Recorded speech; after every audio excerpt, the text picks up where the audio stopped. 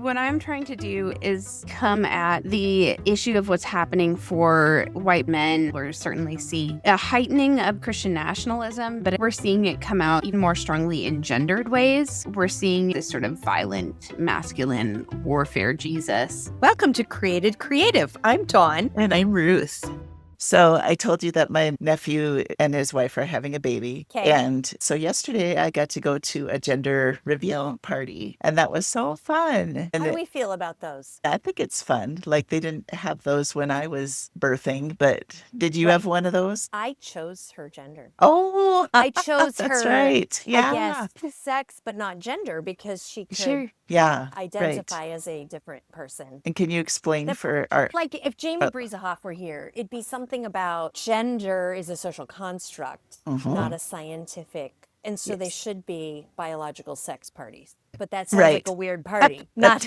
It does sound. So you chose the biological sex of I did. your You can child. do that in IVF. Does everybody who does IVF do that then? No, I had 4 embryos. Uh-huh. And then the doctor called and said, did you have a preference? And I was like, I was thinking girl, but if all the boy embryos are more healthy, then go for the healthy. Some people just 100% go for the healthiest and then don't find out the gender until they get the scan when everybody finds out, or even when it's born, like some people do. Well, that is interesting. Tell me about the party. The biological sex party. So the reason I wanted to tell you this is it's a very cool rural Minnesota sort of story. Oh, good. Of course, my nephews, 2 of the 3 of them really like hunting and are good shooters and whatnot. Did something come out of a gun to find out this gender? That was the plan. They brought us all to this, like a little valley, and then there was a thing that Oli was going to shoot that was going to explode, and then you would know the color. I'm already horrified. Well, and it was all really far away, but we were just going to watch and see the smoke or the explosion. When he was shooting at this thing, he hit it multiple times and it didn't go off like it was supposed to. But then fortunately, they had a backup, like some streamers. Like a popper? Yeah, like poppers. And it was cool because then they gave those to my brother and his wife, Wendy, who always listens. Hi, Wendy. Hi, Thank Wendy. you for sharing your party Yes. details. And then they ate the popper off, and then we found out it was going to be a boy. Yeah. You know what I love about it? You're gathering your community, more reasons to celebrate an upcoming life. And Wendy and her people did not choose the conventional name of this party, which is gender reveal. Exactly. I'm just saying the trans rights community, I have heard of wanting it to be called something else. Yeah. Because then you're not so invested in the gender before the person even comes. I like biological sex party. Yeah, so bring that up. That's going to go over well in rural Minnesota. I'm going to bring it up every time somebody mentions a gender reveal party now. Yeah. Do you mean the sex party? Say that. Yeah. So anyway, when we were walking down the gravel road to the place where Oli was going to shoot the thing, I'm like, this is very rural Minnesota, what we're doing. Wait, is his name Oli? Oli. Oh my gosh, even that.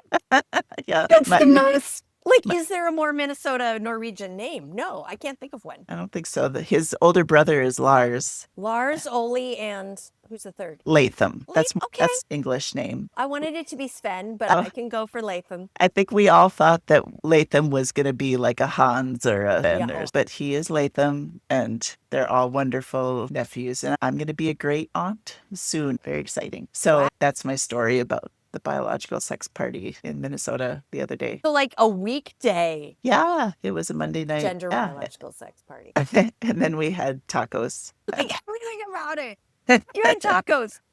Yep, we had tacos. They were delicious. And then we also, because the mother-to-be, it was just her birthday. So then we had chocolate cake, ice cream, and a rhubarb dessert. It was like 3 desserts in one, and it was wonderful. Does she have the same birthday as me? No, it was May 1st. Oh. Yeah. Happy birthday, Wendy. Oh, the mother-to-be, not me. Oh. Yeah, Brandy. Wendy is the grandmother of the... Yes. Who is Wendy? Wendy's my sister-in-law, so she'll be the grandmother. Of a baby. Yes. Who, as a far boy. as we know. Yes. Brandy is the mother. Brandy to is be. the mother. Is married to Oli. Oli and Brandy. Yes. So anyway, that was very fun. Okay, there's no way I can have a story that would top such a thing as shooting a gun to find out the gender. It doesn't work. Come back, do poppers. I know. And I have to tell you about the dinner thing. Yeah. Yes. So we didn't really say last week that it's like you melt cheese and then you're grilling things to dip in the cheese. Just so if somebody hasn't done it. And so these people that we went over to their house, they're amazing. They make stained glass. They make all kinds of things out of wood. They brew their own beer. They make their own wine. They have tons of food that they have freeze dried. And I told them if the zombie apocalypse comes, I'm coming directly to their house because they've got all of this food. You could like not just live, but live well for a long time. They're not going to just survive an apocalypse. They're going to be gourmet. Exactly. And just for fun, they built a Hobbit house. And their project, like it was probably 15 people that they had invited to this dinner. And then, of course, for an hour and a half before the dinner, they're giving us their homemade wine and their homemade beer. And they're just the most wonderful hosts. Just come over, look at all of our cool things, and we'll tell you about it. And then everybody just got along really well. Like when we were talking about curating people to come to a party, like about who would get along well. So that's something to mention. We're curating some special guests to our first creative container, which is May 15th. Yeah, so people who are part of our Patreon at just the $10 level, I think. And 20. And 20 are... Go for 20. What's Go for 20. Yeah, they'll be invited to this creative container as well. But then we also have some special guests who we've curated to be part of it. It'll be just as cool as a raclette party with a Hobbit house out back, if not more. Yes. The Hobbit house had a stained glass window on its door. How cool is that? It was just cool. Most interesting people, because like in my church circles, I'm easily 10 years younger than most people. And at this party, everybody there was at least 10 years older than me, up to over 20 years older than me. They were so fun. And we can be that. Right.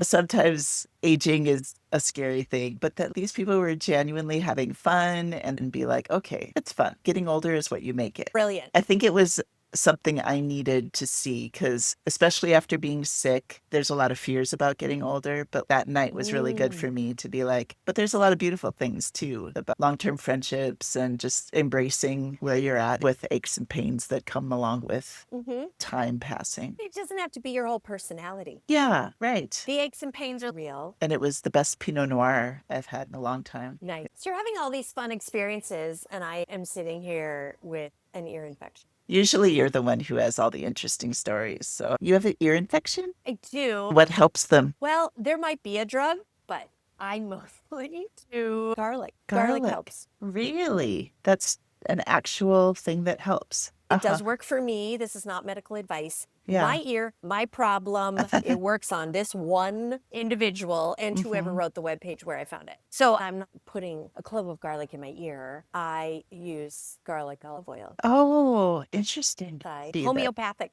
Yeah, that works. I'm doing home remedies. Like that. I might do homeschooling. I'm like on the edge. Yeah, I love it. I'm here for it, Dawn. The evolution of Dawn to the next stage of your nomadity. Yes. So you have rural stories, and I may be homestead adjacent, even though I'm in New York City. Right. And we just heard about Red State Christians, but the newer book. What is it? Yes, the newer book that Angela Denker just released is Disciples of White Jesus, Radicalization of American Boyhood. She's so smart, and we were really lucky to be able to talk to her. What a wealth of information. I feel like we could have talked for hours to her. It's just such a helpful way of framing. Everyone is looking around going, wait, something feels different in the culture, and she has language for it, and she has language for how to talk to your people around you. Yes. You asked some really good questions that I think will be helpful to people as they think about these conversations. So let's get at it. I enjoyed this conversation with Angela Denker. Oh, yay. It's so nice to meet you in person via computer. Would you introduce yourself to our listeners? Sure. So, Angela Denker here from Minneapolis. I am the author of 2 books, Red State Christians, A Journey into White Christian Nationalism and the Wreckage It Leaves Behind, and the new Disciples of White Jesus, The Radicalization of American Boyhood. I began my career in sports writing and have now been an ordained pastor in the ELCA since 2013. I live in Minneapolis, I write columns for the Minnesota Star Tribune, and am the mom of 2 boys. How does one get from sports writing to ordained ministry? Yeah. First of all, you would be surprised. I know a few other former sports colleagues who've gone into ministry. So it's the thing. But the through line for me really is the idea of telling stories and moving from telling the stories of athletes and their experiences. And sports does give you the opportunity to go a little bit deeper and share a little bit more personal perspective than other journalism does. And then going into, for me, the most important story ever told, the gospel story, but still being able to use those skills of listening and connecting with people that I learned as a reporter. So did your access to the sports world influence writing about the radicalization of a boyhood? Well, one thing I tell people is that I experienced worse sexism in the church than I ever did in the hockey locker room. Oh my goodness. As the first female beat reporter for the hockey team I was covering. I think that what experiences in sports did when it comes to this topic is help me to see firsthand what really, in the positive sense, strong masculinity looks like when men are really secure with themselves and their strength, and there's not this insecurity that they need to overcome. And also the bonds and relationships in both winning and losing, in injuries, in retirement and success. Sports is really a place where you can break down some barriers that exist in other areas and for people to just really come together to work for a common cause. It is a stark difference between interacting with men who've been gifted definitely in physical ways, and as a result, have experienced a lot of the benefits of being seen as that alpha male masculinity. But on the same token, they did not have that same need in a lot of cases to lord it over everyone else. Now we have, the Harrison Butkers of the world and the exceptions in the sports world. But in general, what I did see was the distinction between genuine masculine strength and when people are trying to put that outwards, but doesn't really exist in an authentic way. And do you think they benefited from having all that bonding? They had to have been on teams their entire childhood to get that good. So they always had that group that they're allowed to bond with. We could have a whole podcast about the positives and negatives of locker room bonding in ways. But yeah, I do think there is something to be said for, and this is one of the reasons I have my kids in youth sports too. In the midst of the craziness that can be youth sports, I think what sports can give people is learning how to lose gracefully, how to sit on the bench when it's not your turn to play, how to play a role and not have to be the star all the time. I definitely think Elon Musk or Donald Trump could have learned a thing or two from being on the bench. Wow. Were you an athlete, or are you an athlete? I'm getting a little nervous about playing sports anymore, about getting hurt, right? It takes a longer time to heal up. But I played volleyball and basketball and track and field in high school. And then my husband and I actually met playing pickup basketball. The social interactions on pickup basketball courts is another fun part of my own personal story. So tell us the thesis of this actual book. Like, what's the book proving? Yeah, so what I'm trying to do in Disciples of White Jesus is really come at the issue of what's happening for white boys and men on a couple of different levels, both looking at a national level. We're certainly seeing in this second administration of Donald Trump a heightening of the Christian nationalism that I wrote about in Red State Christians during Trump's first administration. But I think we're seeing it come out even more strongly in gendered ways. We're seeing an influx of increased fundamentalism. And if we look at individuals who have come to the forefront, got somebody like Pete Hegseth, who has Christian Crusader tattoos, which makes real explicit the connection between the type of Christianity that this administration is putting forward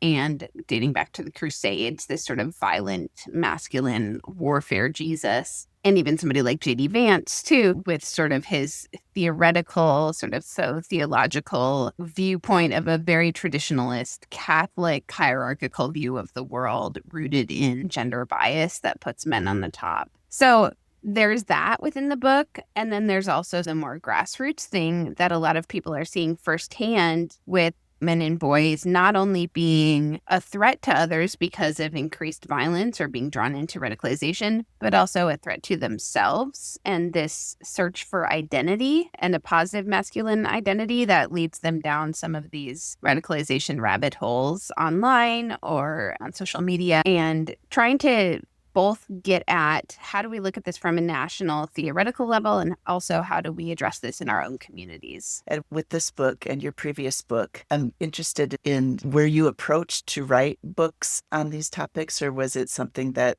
no, I feel this bubbling up, I want to write about this? I think maybe a little bit of both with both books. Red State Christians initially started out so I served in Orange County, California at a Lutheran church in name, sort of more of an evangelical, not quite mega church, but very large congregation that was really rooted in the conservative evangelical ethos of North Orange County, California. We were right next door to the Richard Nixon Presidential Library, and the pastor who I served with and myself were ELCA Lutherans. A lot of our church staff came from the Bible Institute of Los Angeles. And so anyway, I had initially come up with a book pitch for a book specifically on Orange County Christianity and how that sort of Christianity had given birth to Donald Trump. The publisher came back and said, we'd really like you to do a nationwide look, not just Orange County, but the whole country. So that led to a really heavily research-driven book on Christian nationalism. It came out in 2019, and really one of the first books to address Christian nationalism and its role in Trumpism. And then I kind of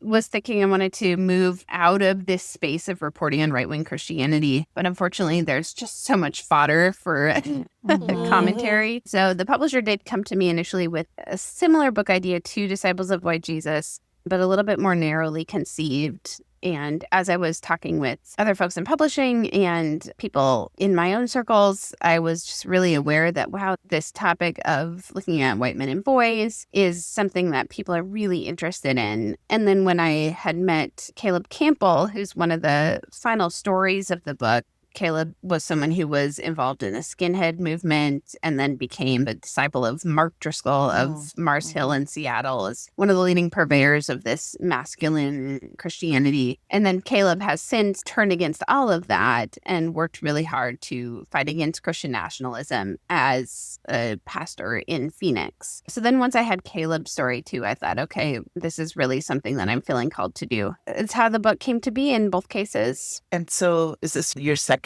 call that you're in now? So my first call was in the Chicago suburbs. Then my second call was in California. And then I served an interim call. So this is technically, I think, number 5. Okay. I served an interim call as teaching pastor to Easter Lutheran here in Eagan, a large multi-site congregation. My mom goes there. Oh, lovely. And then I served for a little over 3 years in a rural congregation, 3/4 time solo pastor during COVID. Wow. So I had the opportunity to write an update to Red State Christians in 2022 and really was able to draw on my experiences as a rural pastor, but also living in Minneapolis during that time. I think if we count the interim, it's 5. Okay. And I guess, the reason I asked that was, how do you balance the writing and your work as a pastor and being a mom and all of the things? Is it just chaos like it is for all of us? Yeah, it's such a process. And as you both know, trying to follow where you feel like God is calling, where your gifts are aligned. So when I left my call in California, that's the last time I've served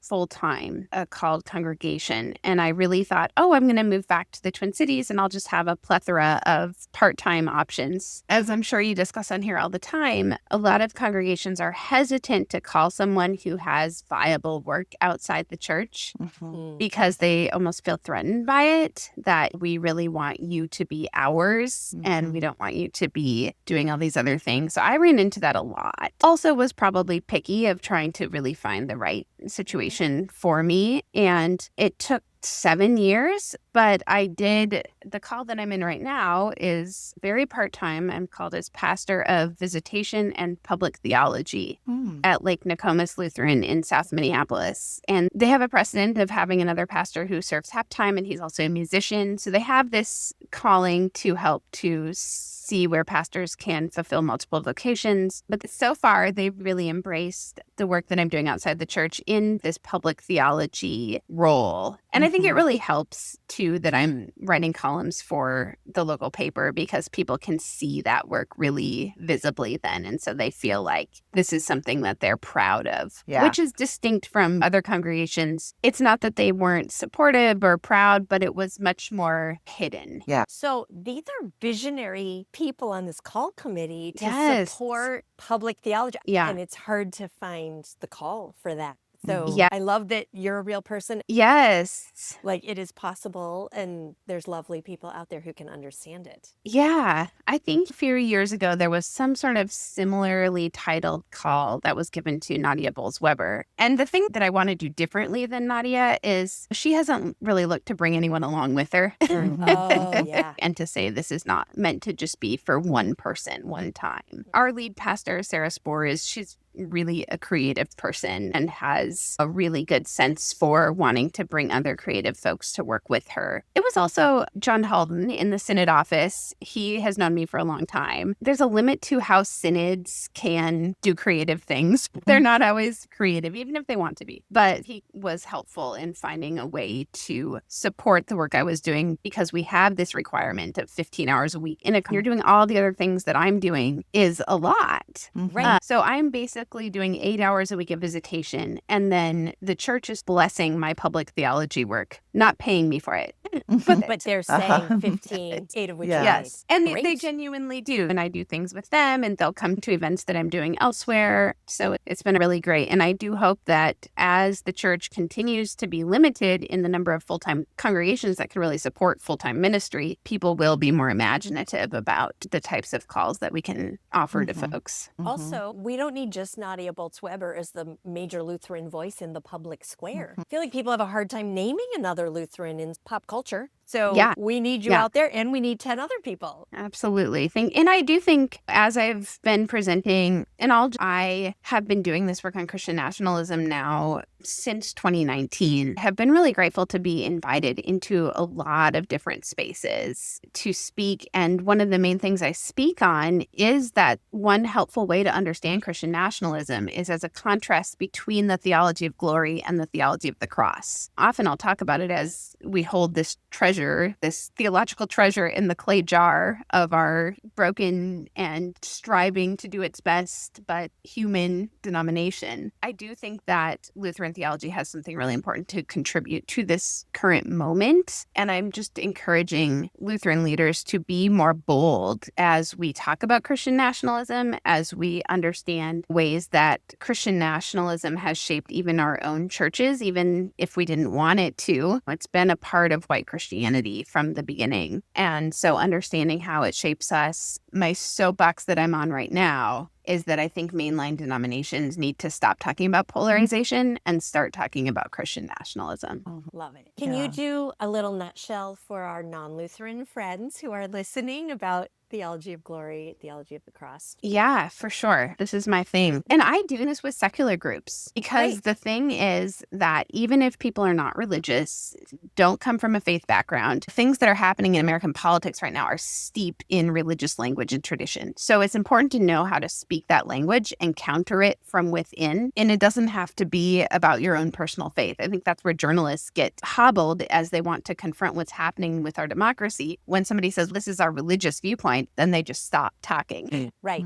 They have to respect it. Yeah. Yes. A helpful way to understand theology of glory in American parlance is prosperity gospel. And this idea that the closer that you follow Jesus, the closer you follow God, the more earthly power, the more earthly wealth, the more earthly influence that you're going to have. And so we can see this throughout American Christianity, throughout the promises of Trump's administration, throughout folks like Joel Osteen, even people who've been really influential, not necessarily only in conservative spaces, but people like Bill Hybels, Rick Warren. These were people who, when I was coming up in seminary and ministry, we were told to really learn from Christianity. But this wholehearted embrace of capitalist gospel, we need to approach folks as consumers and try to get them to buy into our church, really created a church culture that was vulnerable to the sale of theology of glory. And now in contrast, theology of the cross, if you look throughout Christian history, you see so many examples from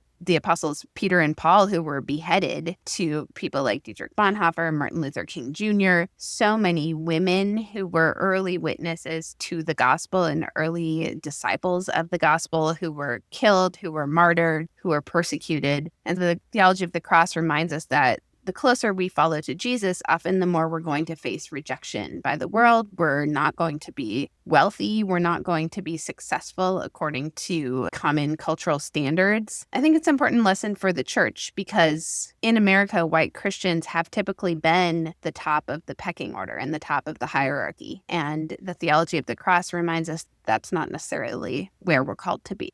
And I have so many questions. But first, I wanted to say hi to Sarah Spohr for because we were at Bible camp together about 30 years ago. And I went to seminary with her. We're all fans of Sarah Spohr. Yeah.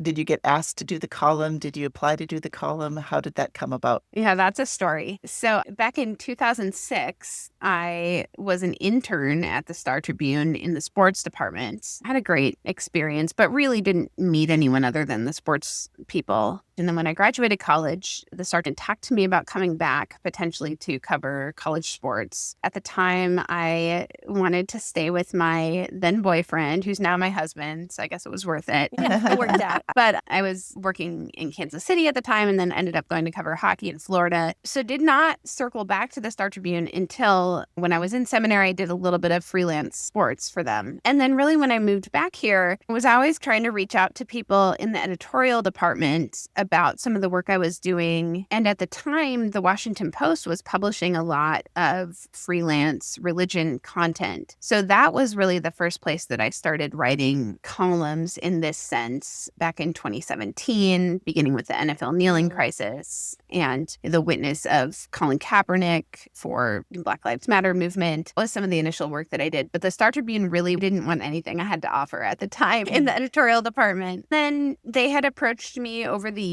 last few years for different jobs. And I'd gone through some lengthy interview processes. And ultimately, it just was really hard, just as it's hard for the church to accept that people have other vocations. It's hard for journalists to think about an ordained pastor. Ooh. They think you're disqualified to report. So that's what I kept running up against. And even the last kind of process that I went through, it was the same time when I was working on a book process. And at the same time, I was being told I needed to have a bigger platform for book publishing. I was being told my platform was too big to write for the newspaper. Oh, man. So, after that, I started focusing more on freelance work for the Minnesota Reformer, which is an awesome independent newsroom that's doing some really important work. Then the Star Tribune went through some changes in their opinion department and had some new leadership. And my current editor, who's wonderful, Kavita Kumar, had reached out to me, I think in about a year ago, that they were thinking about bringing on some contributing columnists. And I had been recommended to her by their education reporter,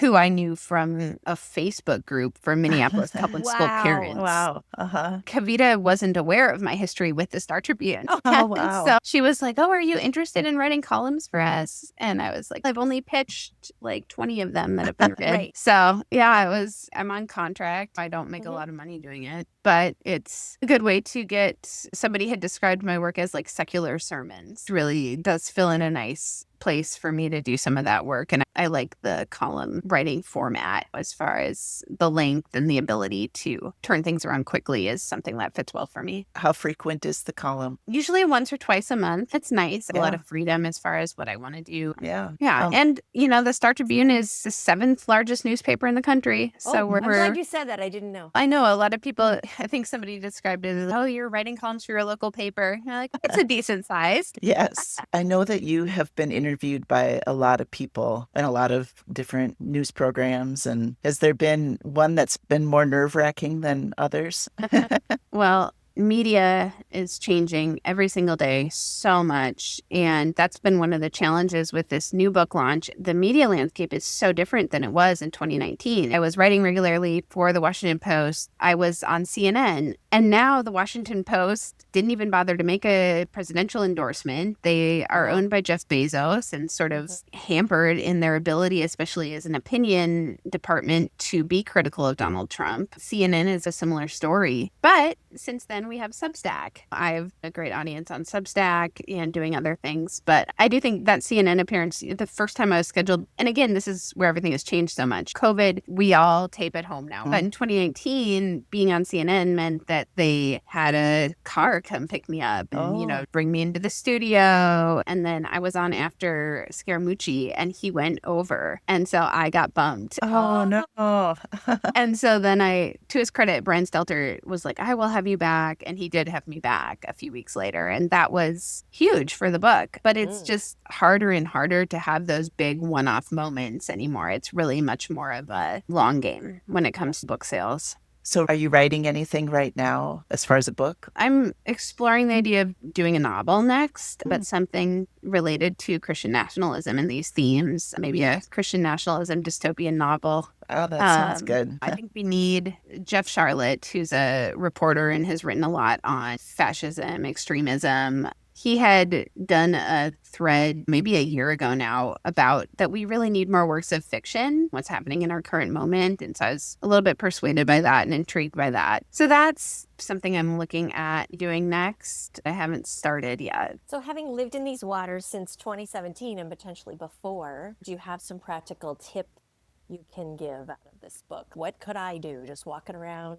engaging with my Republican friends or with young boys? Yeah. I've been saying to people, I think it's really important to approach this problem on two different levels. So on one level, we have the grassroots sort of community level with men and boys in our own communities. And on that level, what we really need to do is look at ways of building positive masculine identity. We need to look at framing alternative narratives around masculinity. The right-wing mega movement has really honed some really straightforward narratives about what it means to be a man, what it means to be an American, what it means to be in a family. And I think there's a challenge on the other side to write alternative narratives and make those narratives meaningful in people's lives, make them contextual. I think there's been a desire, and we've seen this, unfortunately, both in the 2024 election and the 2016 election. There was this straightforward narrative, and it was met on the left with charts and graphs and policies. We didn't do a good enough job, I think, of countering that narrative. And so that's what I challenge folks to do on that grassroots community level, especially when I go and speak on these topics. I always have a lot of men there. And these are men who have other stories about masculinity that don't look like Elon Musk or Donald Trump or J.D. Vance. They have their own experiences of what it means to be vulnerable, what it means to be gentle, what it means to be kind, how they see Jesus. So I think that those grassroots connections are really important. There's some people, I mentioned Caleb Campbell in my book. He's doing some work on internet ways of reaching young men and towards de-radicalization, combating the messages of the manosphere, and getting in there in the algorithms to disrupt the path towards radicalization online. And then I think we need to look mostly from a media journalism level, but also as a news consumer and certainly faith leader level. When it comes to people in power, the answer is not understanding conversation. The answer is accountability and truth and following the money and finding out who is profiting from dehumanization of women, immigrants, LGBTQ people, who is profiting from fundamentalist Christianity being privileged on a national stage, who's profiting from arresting Reverend Barber in the Capitol, and really looking to expose the hypocrisy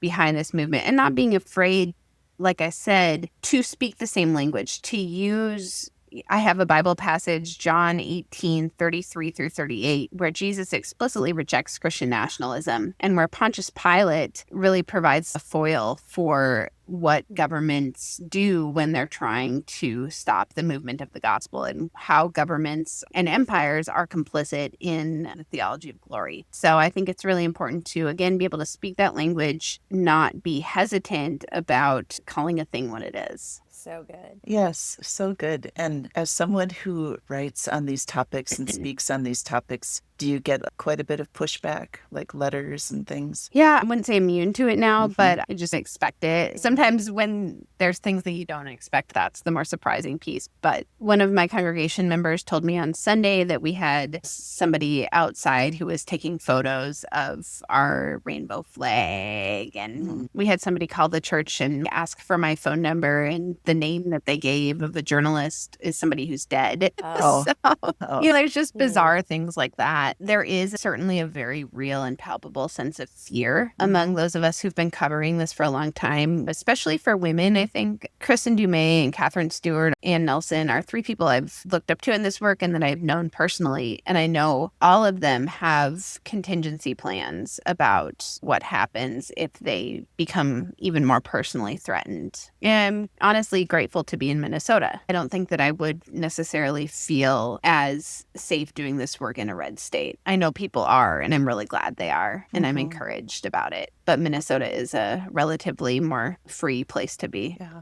I love the work that you're doing, and it doesn't seem like it's easy work, that's for sure. And just creatively, we have certain questions that we like to ask people about just their creative process. And so for you, do you write at certain times of the day? I'm not a morning writer. All of those folks who can get up, I just can't. I used to really write late at night, but now it's more like late afternoon, evening. I have to wrap up by 11. I used to go really late. The boys are up. Yeah, maybe, but I think also I'm just tired. You're like, I can't not stay up as 25. late as I used to. Yeah. How much of creativity do you think is discipline and how much is inspiration? I think that's a really good question. They're both important. I think I probably would have tended to be over into the discipline space. I know when I was growing up, I have a grandpa who was a pastor, my mom's dad, and he was just ahead of his time and really bold of speaking about civil rights and speaking out against the Vietnam War. He faced a lot of pushback. He and my grandma got divorced. And so he had a tough time in ministry, and he had a tough time financially for most of his life. My dad grew up as one of 7 kids. Their family didn't necessarily have a lot either. So I think that I had this personal sense of whatever I needed to do, it had to be practical. I think that's why, I don't know, getting a degree in journalism doesn't sound that practical today, but at the time, it was somewhat practical as far as the opportunity to have a job. And so I think that's the hurdle for me with writing a novel is the books that I've written, I've gotten in advance ahead of writing them. And in journalism, you write something, it's out the next day. So the idea of writing something and working for so long without any kind of paycheck, I mean, it is rough. Yeah. And that part is, I'm married to an engineer and it's pretty consistent.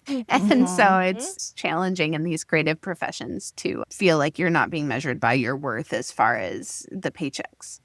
How do you see creativity and spirituality connect? Yeah, I do think that they are intrinsically connected. And that is where I try to go for walks a lot of times before I write and connect with nature and give my brain space to breathe. Because I'm a big reader, I take in a lot of information and I need moments of emptiness to come out. So sometimes it'll be in the shower too, but we have to have those moments of blank space. I definitely do. And that's where I think the Holy Spirit is absolutely involved in those times. Some of the best things that I've ever written definitely been spirit inspired and have just felt like I was a conduit for the Spirit rather than being some explicit way of really thinking out what I was going to say. Who are some of your favorite creators? Yeah, I really love Jo Piazza. I was on her podcast recently. She does the Under the Influence podcast, and she's someone who started out as a celebrity journalist back in the early 2000s, worked for the New York Post, but now has written several books and also has a master's degree in religion from Penn, I believe. And so she's very interested in these issues. She covers trad wives a lot. She is also just a bundle of energy. She's constantly doing 15 different things, movies, TV, books, novels, and doing it while she's raising 3 kids and navigating her relationship with her spouse and her friends. And so I really appreciate following her content and seeing those intersections come into play. It's really great. The podcast is called Under the Influence. Yeah. Check that out. Lots of good Trad Wives episodes. Her new book is a Trad Wife murder mystery. Oh, wow. It is journalism or it's fiction? It's fiction. Wow. But no, there's so many good people. I follow a lot of people on Substack and am always being inspired inspired. I also really love Kaya Oaks. It's just for beautiful writing. She used to write for America Magazine, Jesuit magazine. She's now mostly on Substack and just a really beautiful writer. So part of our podcast, Dawn is able to give you coaching on anything that you're working on or thinking. Is there something you might like coaching on today? That's so cool. Talk to me about, so I have a note page with a sort of skeleton outline for this novel and characters. I don't think it's the time to necessarily start writing yet. I'm still in this book launch moment. But when I decide it's time to start writing, what would your coaching be? Like theoretical future coaching. This is super fun.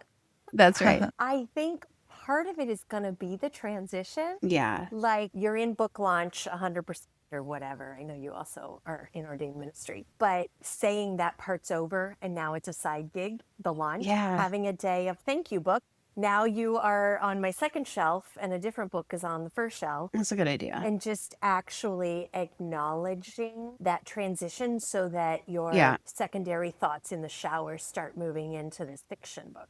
That's a great idea. Great. Oh, how fun. What a fun question. We don't even need to pull apart the details because it's not happening yet. Usually I'm like, what can you do in the next 2 weeks? But you're not yet. Yeah. Genuinely very helpful. Yeah. Good. You actually could put it on a second shelf, have a physical movement with it. Yeah. I know, because I kind of had to do that when I was like, okay, I'm going to stop saying I'm a sports writer and a pastor. I'm going to primarily be a pastor. And that helped me to make this transition into really faith writing it. So you had to let the sports go. Yeah. So good. Yeah. So just practically, do you have a place we should link to so that people don't give Jeff Bezos more money when they buy your book? So put my Substack, angeladenker.substack.com. Okay. There's tons of places to get the book there too. If you want to link to the Broadleaf page, they have links to the bookshop page and everything too. But Substack is a great. You get everything. Central. Yeah. Okay.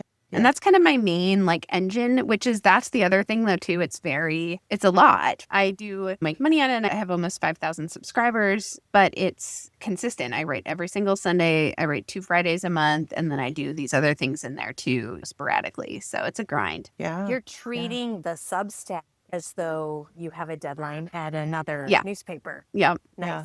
So I know. I'm going to go subscribe right now. Yeah, come on over. Yes, for sure. How long have you had your Substack? For almost 3 years now. Okay. I think I started in fall of 2022. And that was my book agent was just like, you've just got to do it. Yeah. And then Diana Butler-Bass was hugely helpful in getting my Substack off the ground. She's a great place to get inspiration on Substack. Awesome. Thank you so much, Angela, for spending time with us today. I love the work that you're doing in the world and so many blessings as you continue. Thanks, you guys.